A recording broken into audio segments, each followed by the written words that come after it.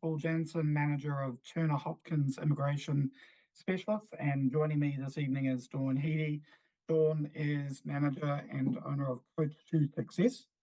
So I am here to talk through the immigration side of things, and Dawn is going to share her expertise and wisdom on the job search and the employment side of the process. So it's a bit of a double header, but I think these two things go hand in hand really well, and hence we decided we would team up for this event. So we've got a fair bit to get through, and in about 45 minutes or so, and then at the end of the event, we will have a Q&A session. If you have a question, please post it into the Q&A or the chat, and we will go through those questions at the end of the event. If you want to raise a question, please do, but please make it as general as you can, because it's very hard for me, for example, to assess your eligibility without really knowing an awful lot about you. So there will be a chance at the end of the event to book in for a one-to-one with myself to discuss visas, or with Dawn to discuss the job search, and that's where we get to know you a lot better. But if you have a general question, please post it. We will do our best to answer as many of those at the end of the event. So we sort of split this into two halves. Chapter 1 is all about the visa stuff. Just a word of not warning, but advice. It's impossible for me to condense the entire immigration process into what will be about 20 minutes. So it's a very high level sort of top-down view of the immigration system. We're going to talk through temporary visas, residence, the different pathways to residence very briefly, a little bit of a discussion on some of the other categories that exist as well. But the whole idea is it just gives you, I guess, an introduction as to how it all works and where you might fit. And from tonight, you might decide, yep, this sounds like it could work for me. So you may then decide to book in to talk to me, and I can go through your eligibility specifically. Chapter 2 is over to Dawn. Dawn's going to be talking about the online job search and the frustration of that. Some of you will have already done that process or started that process and know how difficult that can be. So she's going to give you some basic advice on that, on cover letters, expressions of interest, not the immigration sort, but the job search sort, how to leverage LinkedIn and social media in a way to increase your job search efforts, and video CVs, which is something that is new to me. So I haven't really, I've seen them, but I don't know a lot about them. So I'm going to learn something from this as well, I think. So we'll jump straight into it. And again, any questions, pop them into the chat and we'll come back to them towards the end. So by way of introduction, as I said, my name is Paul Janssen. I've been doing immigration or assisting people in this process for about 21 years now. It's not a lot I haven't seen, but I love the job because I'm still perpetually surprised every day by the unique situations that clients bring to me. My focus has always been on partnership applications, skilled migrant, that includes the work visa process, some student visas, but mainly it's about bringing people here to live permanently. I've served on the advisor reference group, which is essentially a connection between myself or our industry and the industry regulator, which is the IAA. I am licensed to provide advice, and in New Zealand, you have to be licensed to provide advice. So one, I guess, small word of warning if you're talking to someone who is trying to assist you with the immigration process, to make sure they are licensed, because it is a mark that they have done what they need to do to be able to understand and deliver the best advice. I'm going to throw it over to Dawn now to introduce herself. Hi, I'm Dawn Headey. It's great to be here with Paul this evening. Just a little bit about me and my background. So I am a migrant. I originally come from England, and I travelled to New Zealand with my husband and then young family around about 16 years ago. My background is in HR and recruitment. And when I came to New Zealand, I did various roles, always people oriented. And then I studied for a degree in social work and a diploma in coaching. After that, I started my own business, Coach to Success, and I've been working with migrants and also locals in New Zealand, but mainly migrants or prospective migrants, regarding all things employment, really. I'm not a recruiter, but I work closely with my clients, very individualistic, and yeah, I guess people know me best for my CVs, but I do an awful lot more as well in the employment space. Thanks, Paul. Thanks, Dawn. All right, so I guess straight into the nuts and bolts of the visa process. So just a very basic introduction in terms of how it works. And as most of you might already be aware, some of you might have already started the process, but employment is a really big part of New Zealand's residence program. And it hasn't always been that way. Many years ago, we actually had pathways to secure residence that didn't involve getting a job.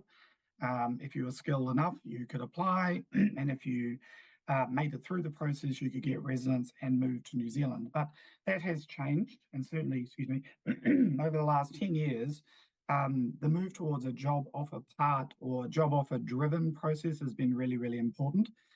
So securing a job, getting the right job, knowing which job to get has all become crucial to making the move here. And whether that's to come on a work visa and work for a while, or to move permanently, having a job offer is a crucial part of it, and usually is one of the first steps that you need to kind of conquer in order to make the visa process work. And that raises a whole lot of questions. So, how do you get the job if you don't have the work visa? It's that catch-22, which is sort of, I guess, the bane of most migrants' existence. It's, I need to get the job offer to get the work visa, but I need the work visa to get a job offer. And I'll let Dawn talk a little bit more about some of that later on, but that's where some of the temporary visas fall into the equation. So we have a number of them. We have visitor visas, student visas and work visas, and often these are the first step in the process. And for many of my clients, inevitably what they do is they plan and prepare, they assess that they're eligible, and they might actually travel here maybe as a visitor to start with, to seek out a job offer. And then once they have the job offer, they turn that into a work visa, and hopefully that eventually becomes residence. There's nothing unlawful about coming here on a visitor visa to look for work. But how you apply for that visa and what you tell immigration is actually quite important. So I'm not suggesting jump on a plane and come over here and look for a job straight away. There's a lot of planning that goes into that process as well. We then have a variety of resident visas, and for some of you, you may be able to secure a very fast pathway to residence with the right job offer. Some of you may have to work here for a period of 1 or 2 years, maybe even 3. And we'll talk about that in a minute as well. And as I said, the importance of jobs really are crucial to the visa process. If you're a skilled migrant, we obviously have other pathways for partners, some other family members, and those looking to invest. And I'll touch on those very briefly, but really tonight was all about the skilled migrant process, which includes that job offer. And if anyone has ever spoken to me before, or you've ever been to one of my seminars before, one of the biggest things I mention is the fact that preparing and being prepared is a really, really crucial part of this process. I spend a good chunk of time with clients before they get anywhere near a plane or a suitcase, preparing, planning, getting the documentation in order, speaking with someone like Dawn to get themselves as ready as they can be. I call it job search or job ready and visa ready, because at that point, once you've assessed you're eligible, you've ticked all the boxes, you've got the documents you need. Once you have the job, everything else starts to fall into place. But being prepared is really, really crucial. Right, so some of you might have done some homework already in terms of how the visa process works, and we have lots of different pathways that can be very confusing, but I'm going to try and I guess, summarize the two most important ones for residents, which under the skilled pathway, we start with what we call the green list. And you might have heard of that. We've actually had a similar list for many, many years. This has just been given a new name. And it offers essentially a list of jobs that are in high demand. Just, I guess, a word of warning there, it's what the government believes is in high demand. That doesn't actually mean there is a high demand for these jobs. Some of the jobs are, in fact, in high demand: healthcare, education, IT, some engineering roles, but there are plenty of jobs where the demand changes over time and the list doesn't actually keep up. But basically, the list is split in two. So you have those that are in really high demand, tier one, and then we have a second tier where there is a high demand, but maybe not quite as strong. Both of these two tiers, tier one and two, offer a pathway to residence. Tier one is a fast, straight to residence pathway. So in a sense, if you work in an occupation that's in tier one of the green list and you secure a job offer in New Zealand in that occupation and you meet the requirements for that occupation, that's really important, you can effectively apply directly for residence and you can secure that in somewhere between, for most applicants, somewhere between maybe 6 to 8 weeks. It's a really quick process. For those of you who are not on tier one, but maybe in tier two, and that includes a number of trade occupations, you can secure residence, but you have to work here for 2 years in a role on tier two of the green list first. So that involves getting a work visa, which would be an accredited employer work visa, and that leads you on to residence. So it's essentially a work to residence pathway. And the AEWV, so the Accredited Employer Work Visa, is the first stage for those work to residence applicants. And it means you have to have a job offer that's with an accredited employer who is essentially given the green light or the big tick from immigration to employer migrant. There is a process to go through for the employer and for you, but there are a very large number of employers who are accredited, somewhere in the region of about 29,000 and counting. And I often say to people or clients of mine will say, well, I'll start looking with the accredited employers. And my advice is yes, but don't ignore the other employers, because to become accredited is actually not that difficult for a well-established, good employer. And so if you secure a job offer with a non-accredited employer, getting through that process for the AEWV or even to go directly for residence is not too difficult for the employer. And we can obviously assist with that. But really important thing to consider if you're looking at the green list is that each occupation has a particular requirement, and it might be a salary requirement, it might be a qualification, it might be needing to be registered in New Zealand, or it could be a combination of all of those things. And so if you see your occupation on the list, you think, great, I'm tier one of the list, get a job and I'm home and host, just make sure that you meet the requirements and check those requirements first. They can catch a number of people out. So that's the green list, very popular category, but doesn't capture everyone.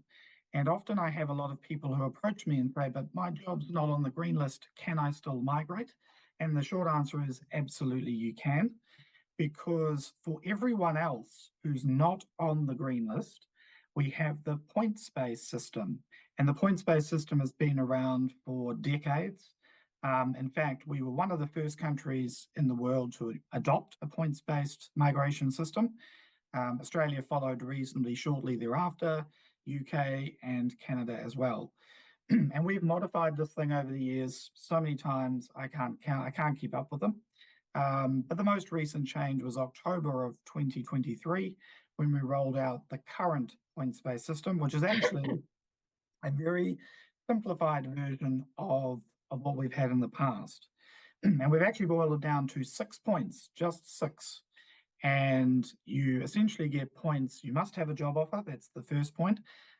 You must be under 56 years of age when you apply for residence, and that also applies to the green list. There's a lot of confusion around the age, but basically, as long as your residence is lodged the day before you turn 56 years of age, not 55, then you qualify. And even if you turn 56 while it's being processed, that's okay, no problem. So this points-based system captures everyone else who's not on the green list and who is skilled. So they have a certain level of skill in the job that they do in New Zealand, or they earn a certain amount of money. And in fact, if you earn the right amount of money, it doesn't actually matter what you do. You could be skilled or unskilled. It relies on things like having a qualification, but you don't have to necessarily have one. If you don't have a qualification, there are other ways to accumulate the points. Maybe you're in a registered occupation, a teacher or a nurse or a dentist, so or the salary you earn. So those are basically the three things that immigration are looking at. What qualification do you have, if you have one? Are you in a registered occupation, or can you earn a certain amount of money? And based on a combination of those things, plus some work experience, perhaps if you need it in New Zealand, you can accumulate 6 points. So just to give you a really quick example at either end of that spectrum, if you have a PhD, and maybe you've got a PhD in art, and you come to New Zealand and you get a job as an accountant, because you've always been an accountant, you just happen to have a PhD in art, with the right job offer, as an accountant with an accredited employer, your PhD actually gives you 6 points, and you can apply straight for residence with that job offer. But let's say you're an accountant and you had a bachelor's degree. In that case, if you had maybe a bachelor honours degree, you can apply for residence after working here for 2 years. So basically, it's either a straight to residence or a work to residence process, but it's for everyone who's not on the green list. As long as you're skilled or earning a reasonable amount of money, and so maybe you have a skill to bring, then you can potentially secure residence under this points-based system. Overwhelmingly, most applicants will need to get a job offer first, a work visa as part of the job offer first, and then work their way towards residence. And these applications are not prioritized. So they do take a little bit of time to process, typically between 3 and 6 months, depending on the salary you're earning and so on. But the most important thing, again, jobs form a part of this, but you do not have to be on that green list. So you can be in basically any skilled occupation and still secure residence as well. So just covering a couple of the other options we have. So we have family visa options, which includes parents, partners, and dependent children. And just on the dependent children point, and partners as well. So to include a partner, you do not have to be married. So if you have a partner you've been living with for at least a year, in some cases even slightly less, we can include them in your residence application. Your children, if you want to bring your children, and as long as they're no older than 25, so the day before they turn 25, you can still include them, but they must be dependent on you. So the older the children are towards 25, the more likely you will have to prove their dependence. And then we have investment pathways. Pretty tricky pathway unless you've got $5 million, which if you convert that into any number of currencies is an awful lot. But if you did have that kind of money, you could invest here, and that would give you a pathway to residence as well. And then we have entrepreneur pathways where if you want to buy a business or establish a business in New Zealand, that is a pathway to residence eventually. I often say to people, if you can qualify in any other way apart from the entrepreneur pathway, qualify the other way, because it is an incredibly difficult visa path to follow. But those are kind of the main, I guess, staples of our process. So essentially we have the skilled migrant category for residence, which is split into several different paths. I've given you the two main ones: family options, investment options, and entrepreneur options. I guess again, it's really hard to distill a very large immigration process into 20 minutes, but the first thing that you want to do if you are considering this move is to get some advice in terms of what those options look like for you. So what do you qualify for? But beyond that, what do you have to do to achieve the end goal? So we all know, and for most of you, it'll be getting a job, but do you have to work here for a year or two? Do you have to become registered first? And if you have children coming along and you have to work here for a couple of years first, what does that mean for them? what will their options be, particularly as they're getting a bit older. So it's a very complex process to try and work out what your options are, but we can do that, and we do that very quickly. And the whole idea is to map it out for you, establish exactly what you need to do, how it's all going to fit together, and what those steps will look like. All right, so I'm going to take a break. I'm going to hand over to Dawn now to discuss the job search side of things. Take it away. Thanks, Paul. That was really, really informative. And in the same way as Paul said, 20 minutes to talk about these topics isn't enough. It's the same goes for me, really. And there's so much that I can talk about. So hopefully there'll be other sessions in the future. So work visas can't proceed until there's a job offer that meets Immigration New Zealand's criteria. So most people think that all they need to do is apply for jobs. And many people hang their hope on just that single act. But there's so much more that you can do that will propel you on that journey. And I'm going to talk about a few topics now, and I'm not going into great detail, so hopefully you'll be able to gain some information and insight, and obviously I'll be available for more information should you wish it. You just get in contact with me. So to start with,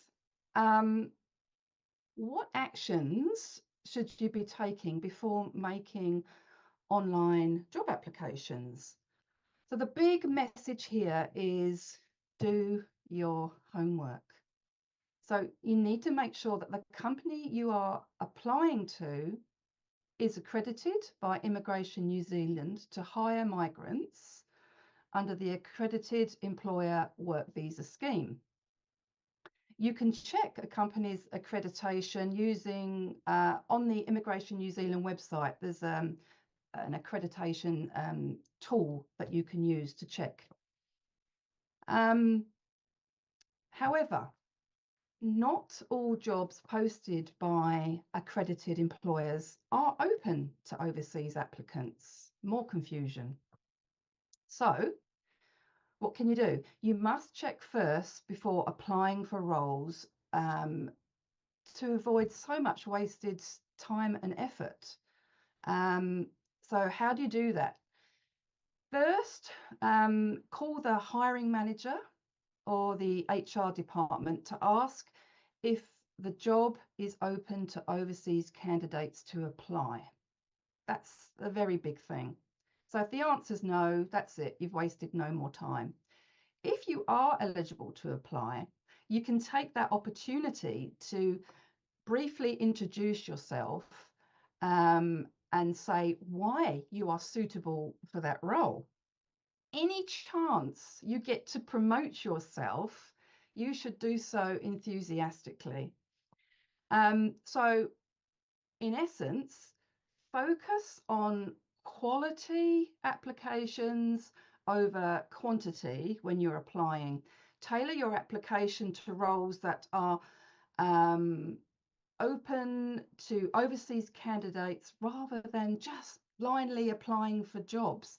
The amount of times I hear people saying, but I've applied for 200 jobs and getting nowhere. If you do the same thing over and over, you're going to get the same response. So check.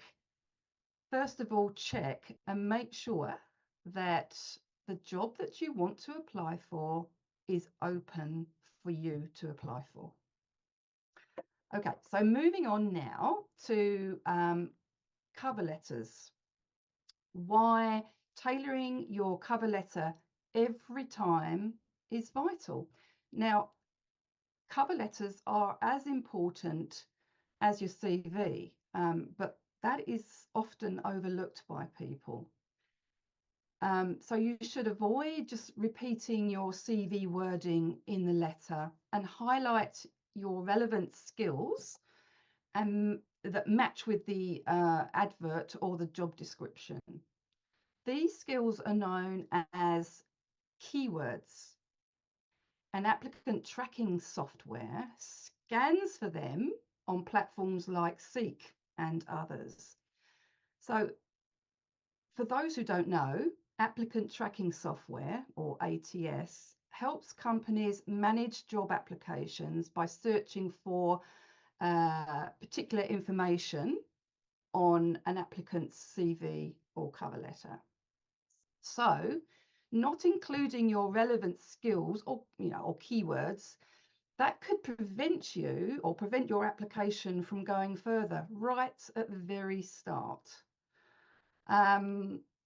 Also, personalizing your cover letter by explaining why you want to work for that specific company is really important. You can research websites or social media to give you an insight into a company's culture, their values, recent projects. So in summary, employers like to see a tailored letter, which includes enthusiasm and demonstrates your fit for the company. Avoid at all costs sending out what looks like a mass-produced generic letter. Okay, so we will now move on to expression of interest cover letters. Some people call them speculative cover letters. So what are these and what purpose do they serve? So an expression of interest cover letter is a proactive letter that you send to a company to indicate your interest in a potential job opportunities, but these are not advertised. So these letters highlight your skills, your experience, and enthusiasm for wanting to work with the company, aiming to open conversation about possible future roles. These types of cover letters can access what is known as the hidden job market. You may have heard that expression before. So particularly for those aiming for jobs on the green list or paying twice the median wage, where jobs are not required to be advertised, sending out expression of interest letters is a great idea. So it expands your reach to potential employers. So to recap, use your existing networks and research companies of interest, remembering they must be accredited employers. There's no room for generic expression of interest letters. They must be tailored. Right, so we will move on to leveraging the power of LinkedIn. So LinkedIn is a professional networking platform. It showcases your digital CV and your work experience, and also allows you to connect with New Zealand hiring managers, industry leaders and recruiters. And you can also job search and engage in industry specific discussions. LinkedIn is considered a top resource in migrant job in your migrant job seeker toolbox. So you should keep your profile up to date with relevant information. Interact with your connections and potential connections. Share updates and articles. Interact with posts, and also create your own content, which is really important. So active engagement on LinkedIn portrays professionalism and positions you as skilled in your field of work. Then there's the question of LinkedIn Premium. I have people often asking me, what is that? Should I upgrade? So In my professional opinion, this is a great feature, and it's one that you can opt out of at any time. So the features that you can benefit from, premium offers, advanced filters for finding specific professionals or job opportunities, provides an email messaging function so you can connect with individuals outside of your network, includes profile insights to see who has viewed your profile, and grants access to learning resources and skill development. In summary, maintaining an optimized LinkedIn profile and engaging regularly in it can greatly enhance your visibility, job opportunities, and your networking potential. Okay, so my last topic for this evening is, what is a video CV and why should you consider having one? So a video CV is a short recorded video where a job seeker presents their skills, experience, qualifications directly to potential employers. A video CV can make you stand out by showcasing your personality, communication skills, your enthusiasm. So it offers a vibrant complement to your traditional CV. It helps create a memorable impression, and can really highlight your fit for a company more effectively than just your CV can. So in this short recording, the topics that should be covered are generally sort of a brief introduction, a professional summary outlining key skills, experience, and some accomplishments, your career goals, your unique qualities, what sets you apart from others, and a closing statement with a brief summary about your strengths and openness to opportunities. Remember, it should be brief. So you can actually upload your video CV to the featured section on your LinkedIn profile, or you can add it to the profile summary. So that just about covers everything in our 20 minutes allotted time, and I now hand over to Paul. Thank you, Dawn. That's great. Thank you. And yeah, I guess one of the key messages I took away from that, and something I talk to my clients about as well, is standing out. Being, I guess, there's already a challenge there in that you don't have a visa perhaps, or you're facing that visa barrier. And so you have to do absolutely everything you can to be head and shoulders above everybody else. And things like, a tailored approach, having the right cover letter, talking to that employer for that role, not being generic, and the video CV are all fantastic ways that you really can stand out. And I speak to a lot of employers on a regular basis who sort of often comment that the reason they've hired that migrant is because the effort they put into that applying for that role. Yeah. They didn't just send the generic cover letter, the generic CV that the employer's seen all day, every day. They saw something a bit different, and it was because that particular individual wasn't not necessarily desperate, but was so ambitious and so keen to get the role. They did the right thing and they stood out. And really, that for me is the key method. And one of the questions that have been raised quite a few times in the Q&A, which we'll talk about in a minute, how do you get the job without the visa? That's the number one problem. A lot of that does come down to standing out and being able to deploy all of those tools, all of those tips into your job search. So putting those two things together, it's really about assessing where you fit in this puzzle. So do you qualify for a visa? What visa do you qualify for? How is that all going to going to work.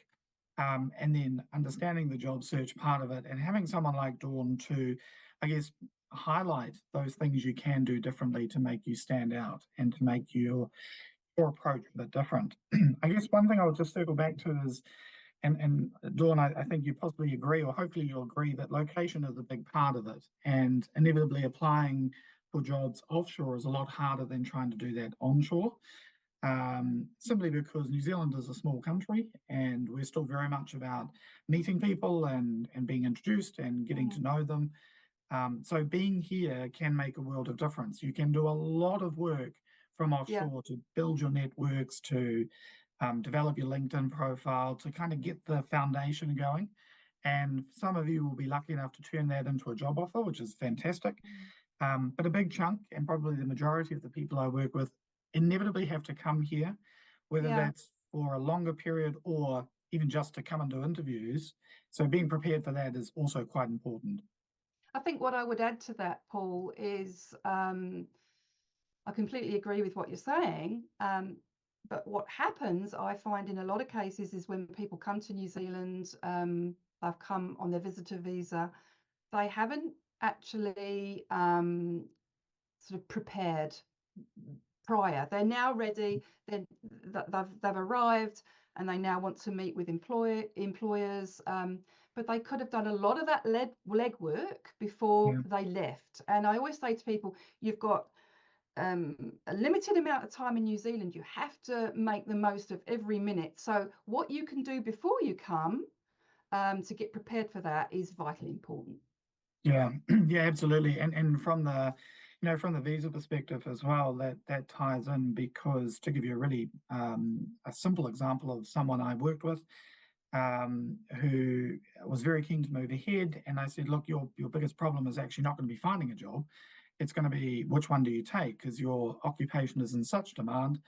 I said, so before you start the job search, do all the groundwork first. So get all your documents in order, get ready, because when an employer finds you and wants to offer you the job, they're going to want you to move fairly quickly. And if you haven't done all your other things, that will slow everything down and that puts the job at risk. And sure enough, he didn't listen to that part of the advice and found 3 job offers really, really quickly, didn't have the documents. We were able to make things work, but obviously being prepared and ready to go. And the same applies, as Dawn said, when you're coming here to look for a job. There's a lot you can do to research the market, know who to approach, building up your profile, putting you in the best possible shape, that when you come here, you're making the most use of that time. Because obviously, the longer you're here on a visitor visa looking for a job, the more it costs. Well, exactly. I mean, even setting up meetings with recruiters or, your own networks. Do as much as you can before. Don't wait till you get here. Yeah, precisely. And that all helps to form a really good, part of a really good strategy to make the move as well. So,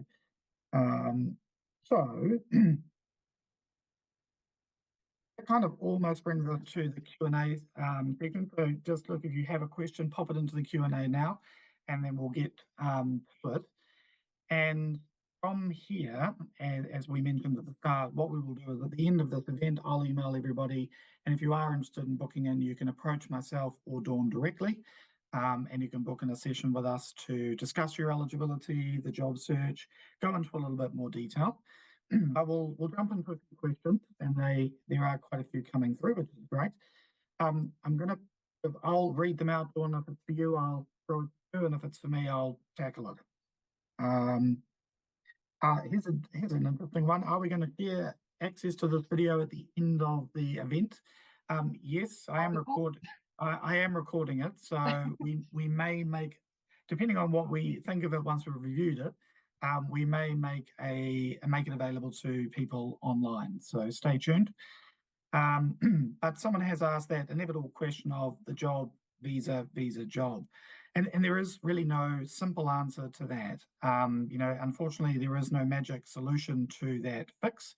But apart from what we've been talking about, which is being prepared, understanding what you qualify for visa-wise, what kind of job you need to target, and then going about setting up a really good approach to the job search and putting yourself in the best possible place to make the best use of the time. And I've always said to people, it's quality over quantity. It's not Yes. necessarily applying for every job. It's about spending more time applying for each job and tailoring things, as Dawn said. Yeah. Understanding what you're applying for and the company you're applying to, speaking to your audience, doing all those sorts of things. So if we could wave a magic wand and make the work visa problem go away, I would be delighted, as I'm sure all you would as well. But unfortunately, there is no quick solution. So it's just hard work and persistence, really. Dawn, do you want to add to that? No, I concur with everything that you've said. I mean, people often say just don't understand. They think they can get the visa first, but it's all about the job. It is all about the job. It's Yep. all about the job. So don't underestimate what you need to do, what research you need to do, all the groundwork you need to do to and understand, what different activities and strategies that you can employ to sort of increase your chances, as I said right at the outset of my presentation. Yep, perfect. Perfect. All right. Here's a visa one. How do I apply for a visitor visa and get granted one? Well, there is a pretty standard process to apply for, but something to bear in mind, if you're applying for a visa to come and look for a job, there isn't actually a visa that allows that specifically. But for many years, immigration has been open to the idea that if someone is skilled and can demonstrate that they've done a little bit of homework, they're eligible for potentially a work visa or even residence, and they meet the visitor visa requirements, they can be granted a visa for a holiday with a secondary purpose to come and look at the labour market. And we call that a look, see, decide, or an LSD trip. And essentially, you're coming here on a holiday, but you're declaring that you would also like to have a look at the labour market, talk to potential employers. There's nothing unlawful about doing that from immigration's perspective. What they want to know is that if you do get a job, you would actually qualify to get a visa, so that you've got a pathway through. If they can't see that, then they're less likely to give you that visa. Still have to be able to demonstrate you meet all the normal requirements. You can afford the trip, you can pay your way, and maybe you've got something to go back to, just family to return to. But we're very clear when we apply for these. We tell immigration this person has two effective purposes. One is a holiday, the other one is to have a look at the labour market. And there's nothing wrong with that. In fact, it works better, because if you turn up and you're lucky enough to get a job, reasonably quickly, no one's going to ask you whether or not you told the truth when you applied for your visitor visa, because you did. You declared exactly what your purpose was. So how you do that and how you put that together is a little bit of an art, and it's something that we're very good at. But we've brought many people over to do exactly that, and to come and do the on-the-ground search, but not before they've done a lot of work in terms of the research, setting the foundation, getting the cover letter, CV approach right, all of those sorts of things. All right, here's a really good question. Is there any way to really get around the applicant tracking software? Dawn, that's one for you. Sorry, I didn't quite hear that properly. Could you say it again? So basically, the applicant tracking software you were talking about? Yes. Is there any way to get around that? No. No. It's a very short answer. No, but you shouldn't be worried about it. I understand what needs to go into a CV for it to be able to pass through ATS. So basically, ATS is looking for certain information on your CV, and it's usually in line with the job description. So it could be looking for particular qualifications. It will be looking for keywords that I mentioned before. So particular skills that you need to do your job will be part of what ATS will be searching for. It could be a number of information in there, but as long as the CV is constructed with ATS in mind, and that goes for the cover letter as well. As I said, ATS scans cover letters too. So it's about keywords, keywords, keywords. So you shouldn't be too worried about ATS. You just got to know what needs to be included. Fantastic. And I think and maybe we would add that if you are using things like LinkedIn to network and to build your connections directly to hiring managers, that can sometimes help because then you're not necessarily applying through the standard Well, that's platform. true. Yeah. That's absolutely true. Sometimes when you see jobs advertised on Seek and other platforms, that's a good point actually. You can see if that job is advertised on the company's website as well, which sometimes it is. And if so, and you can add and you can apply that way rather than on the Seek platform, then ATS, it doesn't, you don't have to run the gauntlet of ATS. And also, as you said, if you are having conversations with people in companies and they ask to see your CV, again, doesn't go through that process. It is frustrating. ATS can be very frustrating at times, but yeah, it's just knowing what you need to have in that CV to give you the very best chance that you get through to humanize, basically. Yeah. Yeah, absolutely. And I guess that comes back to one of the themes of Dawn's portion of the seminar is that there are lots of different things you can do. Lots of different tools in the toolkit, essentially. So it's easy to get caught in just the sort of standard, I'll jump online and apply online and do everything online. And we're all very used to that. But often it's about being a little bit more clever, a bit more strategic, Yeah. doing a bit more homework. And as the migrant job seeker, you're already sort of a little bit behind. So you have to do everything you can to try and catch it up. Exactly All right, right. very good. We've got a few more questions here. So how much money do you need to have in your account before applying for a visitor visa? That's a reasonably straightforward one. You need to have about $1,000 per month that you intend to stay in New Zealand, unless you have prepaid accommodation. So if you're staying with friends or family and you can prove that, then you can get away with $400 a month. And interestingly, that number has not changed for, I can't even remember how long. It's a very, very long time. So it's a very modest amount to have to prove that you can keep yourself afloat. Someone's asked a question about applying for the 2-year additional extension to the work visas. Can you do it now as the visa fees are about to go up on the 1st of October? Yes, you can, is the short answer. They just won't be processed until much closer to the current visa expiry dates. So you can lodge before the visa fees go up. Probably a smart idea to do it because otherwise you'll be paying double for work visas. As they're all going up on the 1st of October. And then here's a very good question. This one's for you, Dawn. Will it be frowned upon if I connect directly with hiring managers of potential employers on LinkedIn? Not at all. No, that is what the platform is for. Yeah. So, and I think, I was covering that a little bit too. If you can connect with professionals of interest to you, then that's great. Because like I said, anything that you can do that raises your profile, you've got to do. So no, it wouldn't be frowned upon at all. Obviously, there's ways that you go around that. You don't just go in and say, have you got a job?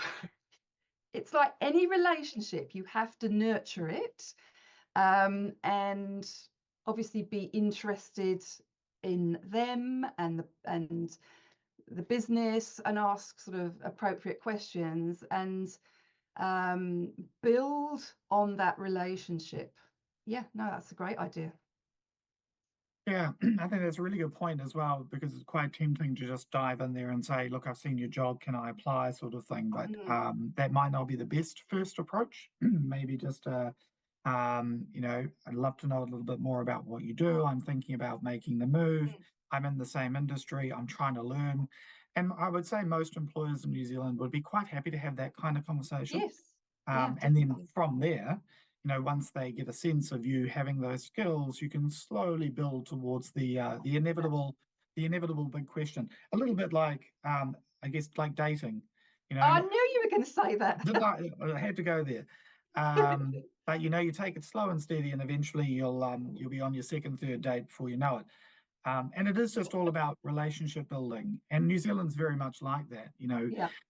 it's a small country which has its drawbacks in some respects, but also a lot of positives in that you can quickly build connections. And most employers, I'd say, are quite happy to give you 5 minutes of their time. They love to talk about their business. You know, most small Mm. businesses love to talk about their business. So you can kind of use that to your advantage. Yeah. And Um, if you're in New Zealand as well, I mean, there's nothing wrong in asking for a coffee, an informal chat, whether someone will agree to that. But you know, if you don't ask, you don't get.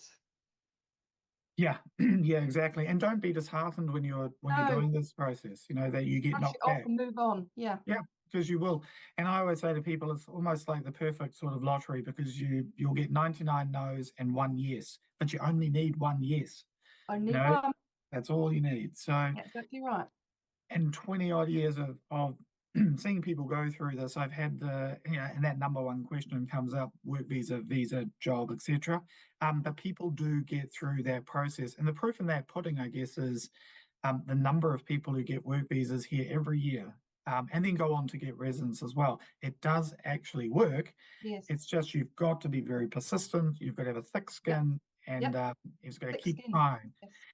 And I often say, try and refine. You know, try something, learn from it. If it doesn't work, Exactly. revise, Yeah. go back, Yeah. keep going, keep going. That's the Um, advice that I give to people is if try some way and if you think, oh, that really didn't work, okay, moving on, try something else. Yeah. Brilliant, brilliant. All right. And there was one more question. So, and this person said, "What is the whole process if I already have a job offer?" Well, if you already have a job offer, get in touch with me really quickly. Yay. That's the simple answer to that question. Yeah. But from here, what we're going to do, we're going to wrap it up. And as I said, I'm going to email everybody shortly with links to Dawn and I. You would have already received emails from me anyway with reminders, so you'll have our addresses in there. But I'll send you a quick link or an email just so you can come back to us and book in if you want to talk about your visa eligibility or talk to Dawn about how this whole job search puzzle works, or talk to both of us to try and make the whole process or wrap it all up for you in one nice, easy package. We hope this has been of use. We hope that you've got something from it, even if it's just one thing to take away for your job search. And we look forward to hopefully speaking with you, some of you at least, in the very near future. Thank you very Thanks, much. Paul. Thank you. Thank you, everyone.